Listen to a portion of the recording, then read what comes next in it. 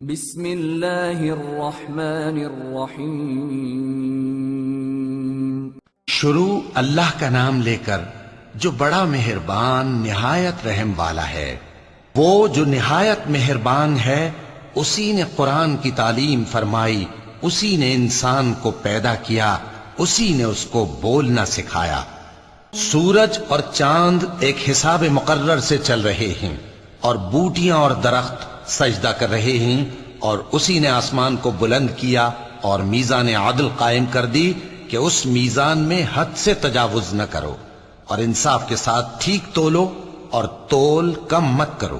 اور اسی نے خلقت کے لیے زمین بچھائی، اس میں میوے اور کھجور کے درخت ہیں جن کے خوشوں پر غلاف ہوتے ہیں، اور اناج جس کے ساتھ بھس ہوتا ہے، اور خوشبودار پھول۔ تو اے گروہ جن و انس، تم اپنے پروردگار کی کون کون سی نعمت کو جھٹلاؤ گے؟ اسی نے انسان کو ٹھیکرے کی طرح کھنکھناتی مٹی سے بنایا اور جنات کو آگ کے شعلے سے پیدا کیا، تو تم اپنے پروردگار کی کون کون سی نعمت کو جھٹلاؤ گے؟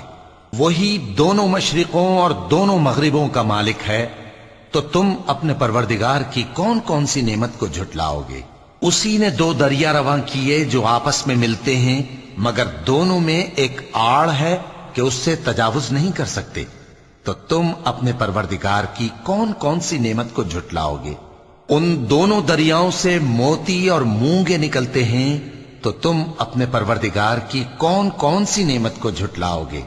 اور جہاز بھی اسی کے ہیں جو سمندر میں پہاڑوں کی طرح اونچے کھڑے ہوتے ہیں، تو تم اپنے پروردگار کی کون کون سی نعمت کو جھٹلاؤ گے؟ جو مخلوق زمین پر ہے سب کو فنا ہونا ہے، اور تمہارے پروردگار ہی کی ذات جو صاحب جلال و کرم ہے باقی رہے گی۔ تو تم اپنے پروردگار کی کون کون سی نعمت کو جھٹلاؤ گے؟ آسمان اور زمین میں جتنے لوگ ہیں سب اسی سے مانگتے ہیں، وہ ہر روز کسی نہ کسی کام میں ہوتا ہے، تو تم اپنے پروردگار کی کون کون سی نعمت کو جھٹلاؤ گے؟ اے دونوں جماعتوں، ہم ان قریب تمہاری طرف متوجہ ہوتے ہیں، تو تم اپنے پروردگار کی کون کون سی نعمت کو جھٹلاؤ گے؟ اے گروہ جن و انس، اگر تمہیں قدرت ہو کہ آسمان اور زمین کے کناروں سے نکل جاؤ تو نکل جاؤ، اور زور کے سوا تو تم نکل سکنے ہی کہ نہیں، تو تم اپنے پروردگار کی کون کون سی نعمت کو جھٹلاؤ گے؟